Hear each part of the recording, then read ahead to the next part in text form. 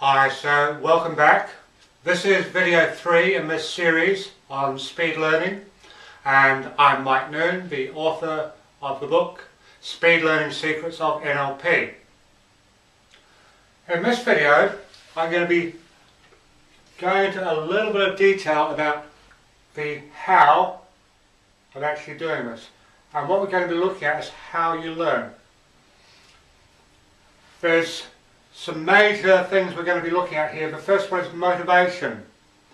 And sometimes when you're learning, you may be doing it because you've been sent on a course by the company you're working for, or it's something you're doing for school or for college, and it's maybe not something that's really fascinating for you. So what we can do is we can use other areas of your life where you're really motivated to do things, like it might be a hobby that you have, or an interest, or it might be something that you do with friends. And we're going to use whatever the motivation is that you use there, and we're going to use something in NLP we call anchors to transfer that motivation from your area of interest and excitement and curiosity to the task that you're going to do. So, what's an anchor? Well, that's a really great question. And what an anchor is, or what it does, is it ties you to a previous state or previous experience. And it's a little bit like a boat. And an example of an anchor is, I'd like you to remember a song from when you were younger. A song that maybe you heard on the radio and you used to sing along with.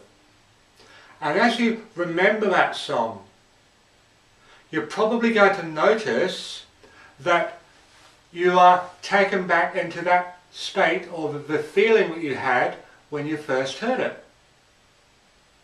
Or maybe you could remember the smell of cotton candy or candy floss, depending on whereabouts in the world you are. And as you remember that smell of it, it'll probably take you back to a time when you were at a fairground, or maybe at a circus. Or maybe if you were to imagine what it was like to walk past the dentist and the windows open, and you smell that smell of the antiseptic the dentists use. And that would probably take you back to a time where you remember being in a dentist's surgery. So they are some examples of anchors.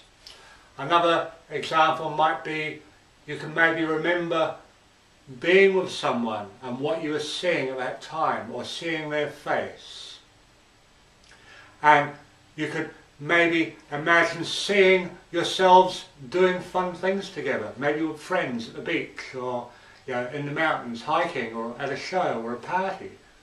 And as you do, you're going to be anchored back to that state, to that time. So that's what an anchor is. It's slightly more involved than what I've just described, but just from doing or following through and listening to what I've been saying to you, you can hear how it would work.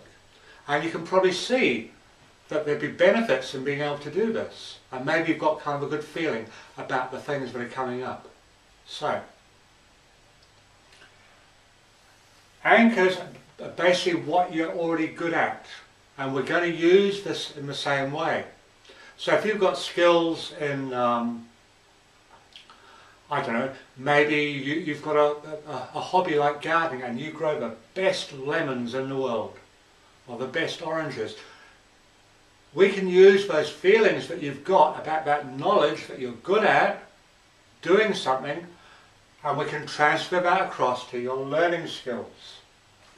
And this is just one of a series of techniques that you're going to learn how to use what you're good at, and just use them in a different context, in a different setting. And I'm going to be going into this in a lot more detail in future videos. And maybe you're curious about how you're going to be able to put these things to use.